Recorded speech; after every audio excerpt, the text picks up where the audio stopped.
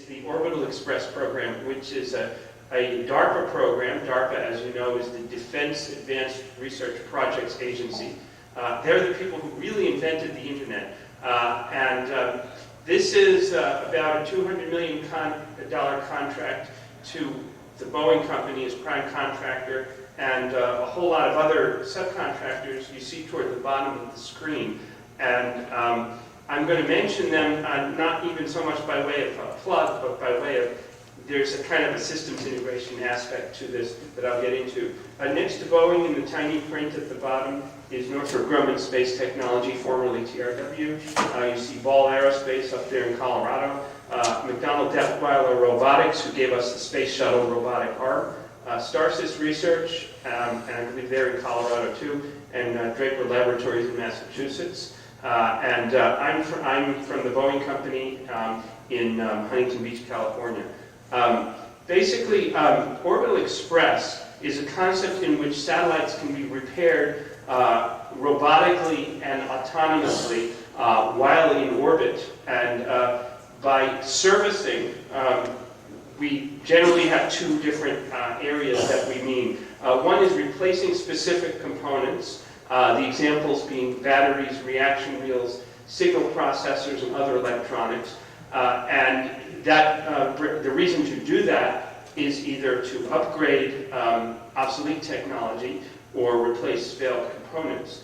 The second general class of servicing that we're studying is replacing fluids, various different kinds of propellant. And in turn, there are various reasons why you would want to replenish propellant. One is to increase maneuverability of a satellite, and another is to increase launch margin, that is, use more of your launch capacity for actual payload rather than using some of it for fuel that you need for maneuverability and eventual satellite disposal.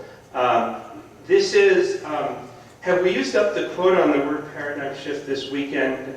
Not yet. So this is a paradigm shift in the sense that normally when a satellite's lifetime runs out, you dispose of it. If something goes wrong, you declare it dead, collect the insurance money, and replace it.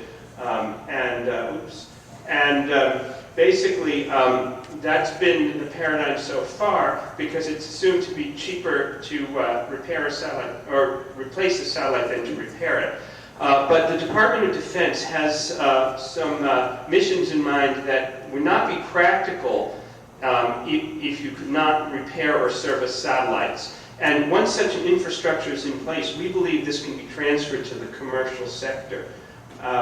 Basically, Orbital Express will consist of three classes of in-space satellite or element, in addition to ground control networks and so on. The first is the actual servicing robotic satellite called Autonomous Space Transfer and Robotic Orbiter, or ASTRO. DARPA gets very mad when we try to use George Jetsen's little dog as the symbol. So we killed that. The second element is a fleet of spacecraft that will ferry the replacement components known as orbital replacement units from the ground to space. Those are called commodity spacecraft, or CSC. Those will also carry replacement propellant. And then the third element is the actual client. We use the term NextSat to refer to the next generation of satellites which may be designed to be serviceable. And I'll get into a little bit of specifics for the design. Basically, there are two different kinds of, or two different subprograms within Orbital Express. One is the demonstration system, and that you see in the left column on the screen. And that's going to consist of only two elements. And those are going to be two satellites launched together on the same vehicle, possibly a Taurus, but that may change. And one is a demonstration Astro, subscale Astro, and the other is a demonstration NextSat, which will also serve in the role of the CSC. So what the demonstration will do is it will launch these two together, they will separate, Then they will autonomously rendezvous and dock with the Astro, taking most of the active role. And what it does is it will back out as much as 200 kilometers, I believe, and find its way back to the next sat. There it has a robotic arm that will remove components from itself, that is ORU boxes, and plug them into the next sat. It will also fill up the next sat's tanks with propellant, in this case hydrazine, although this technique and this technology should be transferable or transitionable to more general types of propellant, bipropellant, LOX hydrogen, or even things that are liquid but are not propellant, like water or whatever. And the idea is to demonstrate the key technologies that will enable servicing. Sorry about that. And those are standard interfaces for the orbital replacement units, of which you can think of as plug-and-play boxes, and a standard docking system, autonomous navigation and control, and the operations of doing the transfer itself. And then the second subprogram is an actual operational system. Now, we're not required to build an operational system as part of this initial contract, but we are required to come up with a plan to transition this technology to something more general that can become an operational system. The actual flight of these vehicles, of this demo, is scheduled for 2006. Metal is already being cut in Huntington Beach, a few hundred yards from where I sit. There you see that some of the ideas that DARPA has that are motivating reasons for servicing, and I'll get into a little bit more specifics. And on the bottom there, you can see the operational concept. And this bottom right chart basically makes 2 points. One is that this is going to start out in LEO or low Earth orbit, but can eventually transition to MEO or medium Earth orbit, and then on to GEO, where most of the commercial COMSATs are. The other technological point to be made is that by using PowerPoint, you can squish a chart so small that nobody can read it. So I apologize for that. So I'll try to be more explicit. Again, this is kind of a repeat. There are three things, or really 2 objectives, which for some reason look like 3 on the screen. Demonstrate autonomy, transition to an operational system, and refine the mission analysis and life cycle cost estimates to enable us to interest commercial clients. Now here's a kind of a very schematic view of a concept of operations, where the blue arc at the bottom represents the commodity spacecraft. The red arc at the top represents the next sat client, and then the green wiggly line in between represents the Astro servicing satellite. Now, this is a bit oversimplified in that each of these is not necessarily an individual satellite, but can be an entire fleet. But the basic idea is that the Astro rendezvous and docks with the next sat, transfers fluids and orbital replacement units, and then periodically or on an as-needed basis goes back down to the CSC, grabs some more supplies, and brings them back to the next sat periodically. And that period could actually be months to years, although it makes it look like 45 minutes because it looks like half an orbit, but it's more than that. Now, by autonomy, we've classified 4 levels of autonomy, ranging from requiring ground approval or data before executing the command, or allowing ample time for ground override before the onboard system automatically carries out a command, running autonomously, sending commands on the ground for occasional verification, or full autonomy, fully automatic operations with ground analysis only when a problem occurs.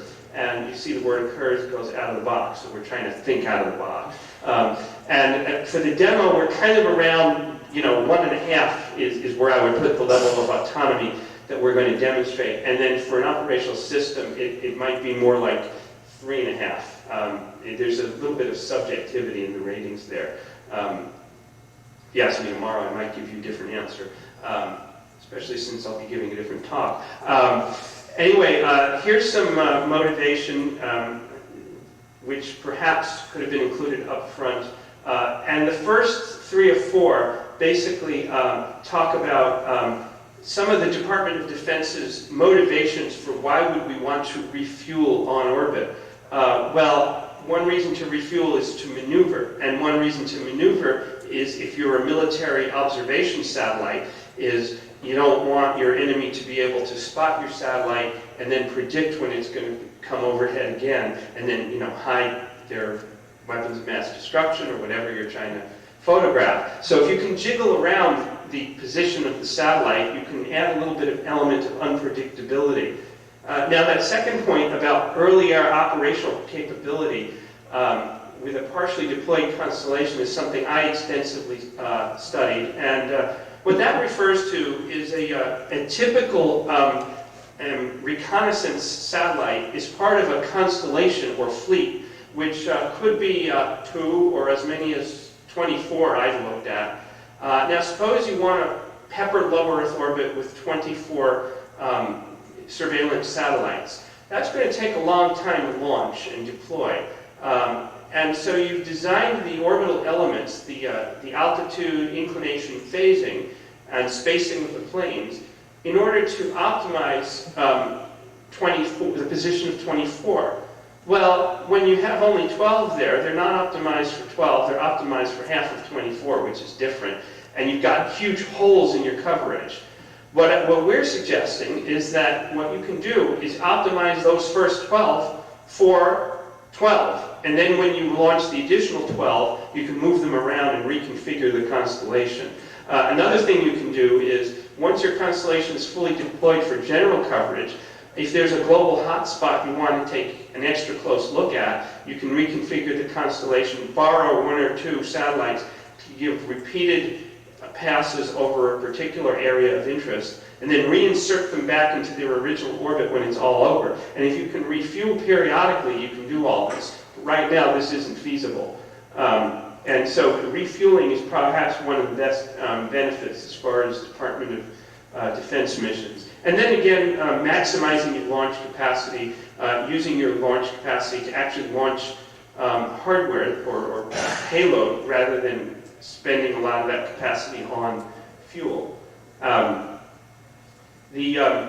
Some of the military and commercial motivations is not just maneuverability, which you see up there on top, but to correct for anomalies. Now those anomalies might be 2 different things, one of which is a little bit tricky and the other relatively straightforward. The trickier one is if a component blows out, and the problem there is you've got a massive satellite, something this big costs $1 million fails, and something, you know, the size of the, several times the size of this table that costs $300 million is rendered junk just because of that. If you can unplug that one unit and replace it, you might save yourself some money. Unfortunately, you don't always know what's going to blow out, so we see replacement of components as more of an upgrade. However, in the case of geo launches, a lot of them don't make it to the intended orbit, and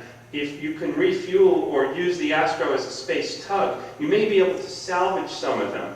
Now, the variability to do that might save you some insurance premiums, because a satellite that might otherwise have the risk of being rendered useless can now be saved. So the cost of adding in the standard interfaces to a satellite may be offset by the benefit of lower insurance premiums. And I think some of the talks yesterday pointed out that insurance is one of the major obstacles to some of these small upstart companies. A little bit more motivation, again, repositioning satellites, either for some kind of redeployment or just moving them from the wrong orbit to the right one, and upgrading with new payloads. And I'll give some examples we studied, and I'm going to, you should probably cover one eye, and if you can read this, they'll give you a driver's license.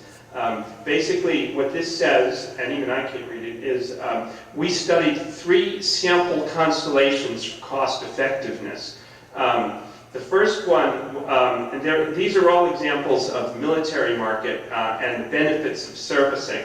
The first one was to refuel in order to extend life. That is, you have to expend a certain amount of propellant for station keeping, and when that propellant is gone, your satellite is no longer in the desired orbit. Its life is over, even if the components still work. Well, if you can refuel rather than replace it sooner than you normally would have, the overall life cycle cost, we estimate, is reduced by 40%. Now, another possibility is, as I said before, increased maneuverability, being able to redeploy a satellite for low passes over an area of interest and then move it back to its original orbit. The study quoted here says 80% life cycle cost compared to not being able to refuel, but actually it's a lot better than that, because you can attempt mission architectures that simply would not be feasible at all. And if you can refuel every couple of months versus launching a satellite with all the propellant it's ever going to need for a 15-year life. That third satellite, our DARPA program manager used the term Mooresat. He envisioned that certain components, such as signal processors, focal plane arrays for optical surveillance and that kind of thing, are making progress at such a rate that they obey something akin to Moore's law of computers, where capacity increases, will increase exponentially at some periodic rate. For example, a doubling every 2 years. If the progress is that fast, but a satellite has a 10 to 15-year lifetime, and you know which products or which components are likely to be obsolete, you can replace them periodically. And our studies show that when you fold in the cost of the Astro and the commodity spacecraft versus the ability, the gain in effectiveness in being able to do this, the cost goes up 11%, but the effectiveness goes up 43%. So since cost effectiveness is effectiveness over cost, you see it pays to do it. Now at the bottom, those panels at the bottom refer to the panels at the top, and they show basically that these satellites are in what I call a high LEO orbit. And since LEO means low Earth orbit, high LEO orbit sounds like an oxymoron, but for some reason the term, I guess LEO is somewhere between a few hundred and a few thousand kilometers, and the upper end of that range is high LEO. Highly inclined, so you're going over the poles, so for each satellite, as the Earth rotates beneath the plane of orbit, you get total coverage of the globe every couple of days. And in that first example, where you're just trying to extend life, you're servicing by one medium-sized Astro and no commodity spacecraft. And and that's because the Astro, in a way, is the commodity spacecraft, because you're only servicing every 4 years. Now, the other examples, you're servicing much more frequently. You only need one Astro to actually rendezvous and dock with the satellite, with the client. But since you need a lot more propellant and a lot more commodities, you need many, many CSCs. And so all that's folded into the cost analysis. And anyway, now after the military market, once the infrastructure is in place, we're hoping that this may transition to the commercial market. The feeling there is the commercial market is unlikely to pay for the development of such a system, but once the DoD underwrites the development, it's we believe there is interest on the part of being able to make their satellites serviceable and being able to pay some reasonable rate for servicing in exchange for longer lifetime, lower insurance rates, and so on. I'll get into some specific numbers about what these markets are. Now that's weird. That's not so weird. Basically, this is a historical record of the number of commercial geostationary communication satellites. And you can see that it's gone up to about 35 launches a year and is expected to kind of level off at that amount. And the number of launches that fail to reach the desired orbit, that is, deliver a perfectly functioning satellite to the wrong orbit, is about 5%. And when you multiply that by roughly 35 launches a year, you get, on an average, of 1.6 opportunities for relocation a year.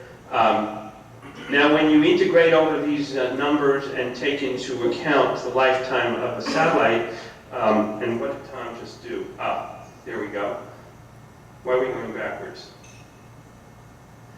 This is the actual number of satellites in orbit. The previous one was the rate of launches. And so you can see the total number of satellites in GEO, or launched to GEO, has gone up steadily from about 50 in 1990 to on the order of 350, and is expected to level off by that amount. When you look at the rate of component failure over this historic record and apply it to 350 satellites in geostationary orbit, you get about 2.7 failures per year. This is a more difficult market to address because it's not always the same component that fails. However, you get some interesting mission architectures possible. Separately from this program, I have heard talk of reconfigurable antennas and that sort of thing. So if you think of a satellite as a big truck holding a solar array and a structure that holds electronic boxes, you're done with your satellite, and you can sell it to someone else who wants to maybe broadcast on a different frequency, and you can send up replacement transponders. And the nice thing about the GEO market is it's all in the same orbital altitude and inclination, it just varies by phase. So essentially, one astro can slowly make its way around the entire GEO belt and service whoever needs it. LEO is a lot more challenging because the different satellites are in different orbital planes, and plane changes are very expensive in terms of propellant. I want to get into some of the propellant trades. Here we go again. This shows some of the trades that we need to do in a highly schematic way. Over in the upper left corner of the chart, what this says is there's a multi-axis trade that one needs to do in order to fit the orbital express system to a particular client. And the vertical axis, that is, you see kind of three different astros. I guess the horizontal axis is size, which depends on how many satellites you want to service, how much propellant they'll need, and so on. The vertical axis is propellant split. That is, our vision of the astro is that it will likely use the same propellant as its client. So the question is, what fraction of its propellant do you devote to the astro so it can go from orbit to orbit, and what portion to the client? And that will be a kind of a custom thing for each set of clients. For a large DoD constellation of surveillance satellites, you may need several large astros, and the exact propellant split, again, has to be studied, and the actual number of these things has to be considered too. And again, it depends on the particulars of how much propellant a client needs, where the different client satellites are in relation to each other, and so on. Which brings me to the right-hand chart, and what that is a schematic view of 6 surveillance satellites in 3 planes. And there might be 2 ways you can address this need. One is to have a dedicated astro and CSC for the entire fleet, and those will be rather large vehicles, and they will have lots of propellant for 2 reasons. One, they have to service all 6 vehicles, so they need propellant for their customer, and then 2, they need to move from one plane to another, and that's costly, so those are going to be large. The alternative is to have 3 small astros and 3 small CSCs, and they don't have to, they can be small because now they each have to service only 2 satellites. Furthermore, those 2 satellites are in the same plane, and So traveling within a plane is less costly in terms of propellant than traveling from one plane to another. Different ways to address the same market, and without more particulars, we can't say what's going to work better. Yes. Close up of the demonstration system, and the main piece of technology that we want to demonstrate are the interfaces on the plug-and-play boxes and on the rendezvous and docking system. And we want to make those the same or as similar as possible to an operational system. We've been running some simulations of rendezvous and docking for the demo. And what that graph means in the upper left corner is it's the motion of the Astro from the client's point of view. So if you're the client waiting for your Astro, you're going to see it kind of coming toward you in this looping fashion. And each of those loops is a 90-minute orbit, because what they're really doing is they're in almost the same orbit, but one has a slight, let's say one is circular and one may be slightly elliptical. So you see it kind of reaches an apogee, then goes down to perigee 45 minutes later, then reaches an apogee again, and you do a little burn at the perigee to raise it, so that the next perigee is not as low, it's a little higher, and then eventually you come so close that you're rendezvousing and you're coming in directly, and we refer to that point as proximity operations, and at that point the docking mechanism can take over. And I want to show you what I just did. Here's a close-up of the docking mechanism. Now, the nice thing about this demo docking mechanism is it's the exact same configuration that we envisioned for the operational system, designed for the same loads. The one on top is the active side, and that's attached to the Astro servicing vehicle. The one on the bottom is the passive side, and that's attached to the client. And so what this is designed to do is enable them to dock with zero relative velocity with respect to each other. That is, they get within a few centimeters of each other, and they don't have to kind of do a kind of controlled collision, which I believe is kind of how Apollo worked. That is, they're just hovering next to each other. Those three, you only see two, well, you see the two red things and one for some reason in yellow, kind of in the back there. Those three prong-like arms come out and grab it, and those things are about maybe the size of this chunk of the microphone boom here, and they basically pull it in.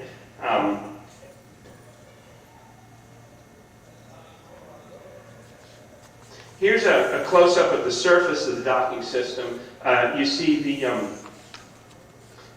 active side up top, and with the fluid couplers in view. Actually, the active side is on the bottom, rather. And you see the fluid couplers in view, and we have fluid couplers designed for various types of propellants. And this shows where you might have hydrazine and nitrogen tetroxide for a bipropellant, but you can basically have any kind of fluid you want.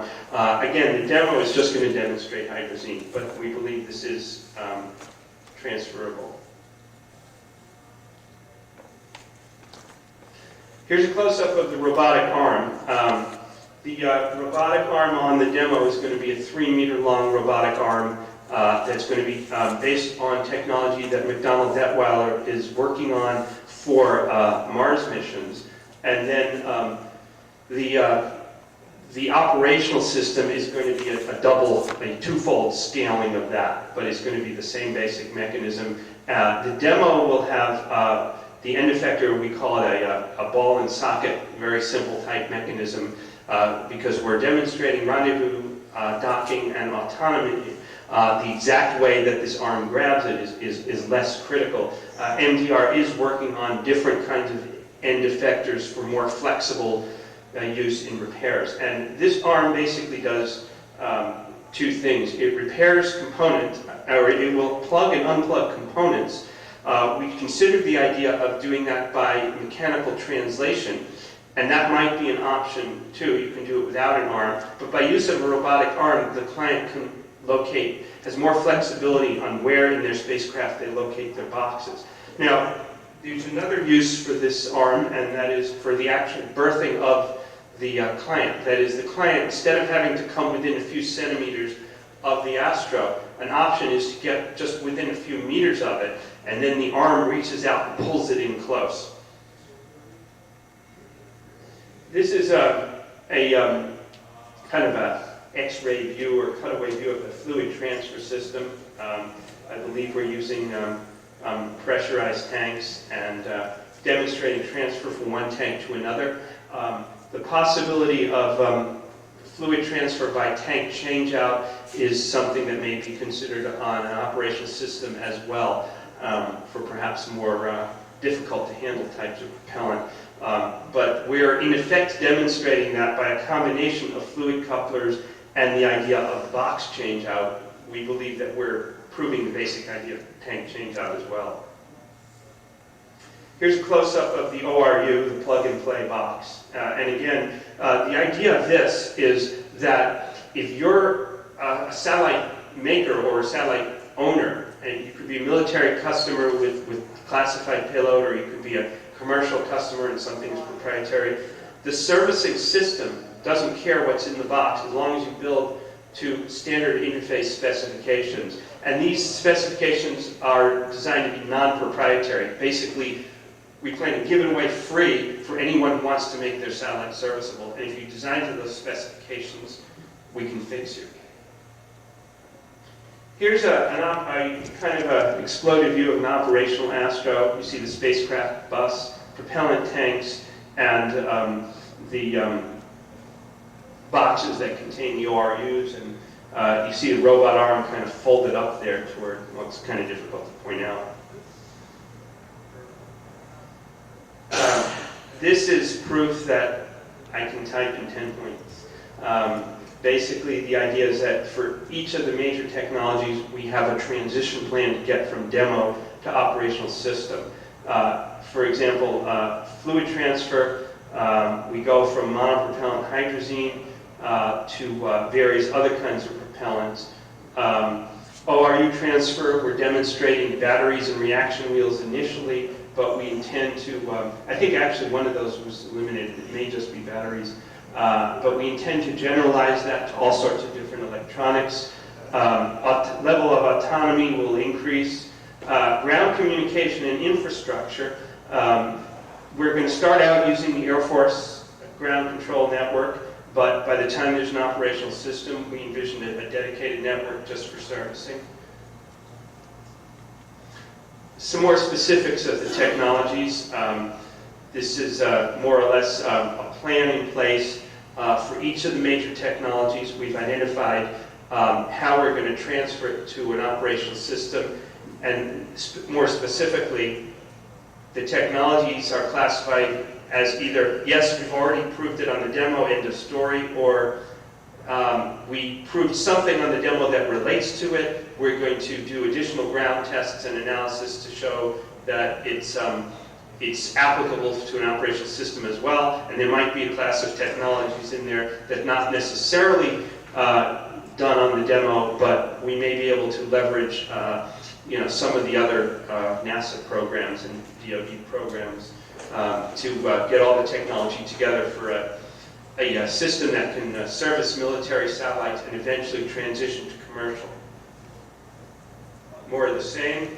And this is basically it. 2006, we are going to fly these 2 demo satellites, demonstrate docking, repair, refueling. We hope our first military customers will be receiving regular service 4 or 5 years after that. And within a few years of that, we hope to encompass more government customers as well as commercial customers. That's all I have. But I think we now have 15 minutes, so I'll take questions if anyone has any. Yes, sir. I wouldn't rule it out. That is to say, Hubble does not have the standard interface specifications, so you can't just send up the Astro and have it fix Hubble. Now, as to whether some of the technology is in like the rendezvous and docking, or some kind of repair with an arm, and a satellite like this is possible. I'm sure somebody's playing with the idea somewhere.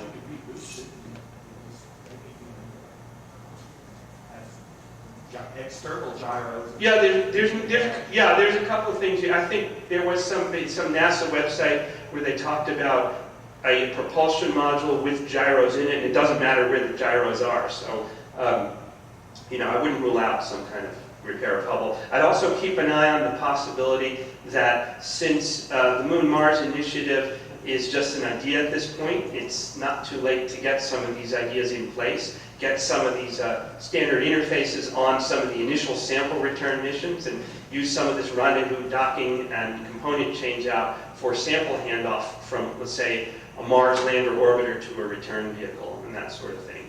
So yeah, there's different ways you can go with this, it's true. Anyone else? Yes, sir. Is the funding on track with these kind of schedules? Funding for the 2006 launch is definitely in place. Operational system, it's too early to tell because the clients want to see how the demo works out. Yeah. But all the ground fabrication and all the simulations and stuff are on schedule? Yes, they're on schedule. Yeah, they're on schedule. I'm told if I go into the right room at the plant, I will see the bus under construction. But from what the people who are actually going into the High Bay area tell me, they are on track for 2006 launch. It's a good question because this is only 2 years away, and this got a lot of write-up in Space News and such publications about 2-3 years ago when the contract was first awarded, and not much has been heard since. But it's a real launch. This is more advanced and did really build upon the orbital space tech ideas of the last decade or programmatically, I don't think it's traceable. Technologically, since I don't know the specifics of the technology and how they wanted to go about the rendezvous and the docking and all that, I can't say technologically, but I think this in a way is programmatically it's a fresh start. But technologically, rendezvous and docking does have a long heritage. I mean, we did it with Apollo. The Russians have done it with Mir. We did it with Shuttle Mir, and so on. The level of autonomy, I guess there's heritage there from some of the interplanetary missions, but the specific kind of combination and integration of elements is new. Anything else? Guess we're all done. Got an early start for the 5 o'clock session. Thank you for coming.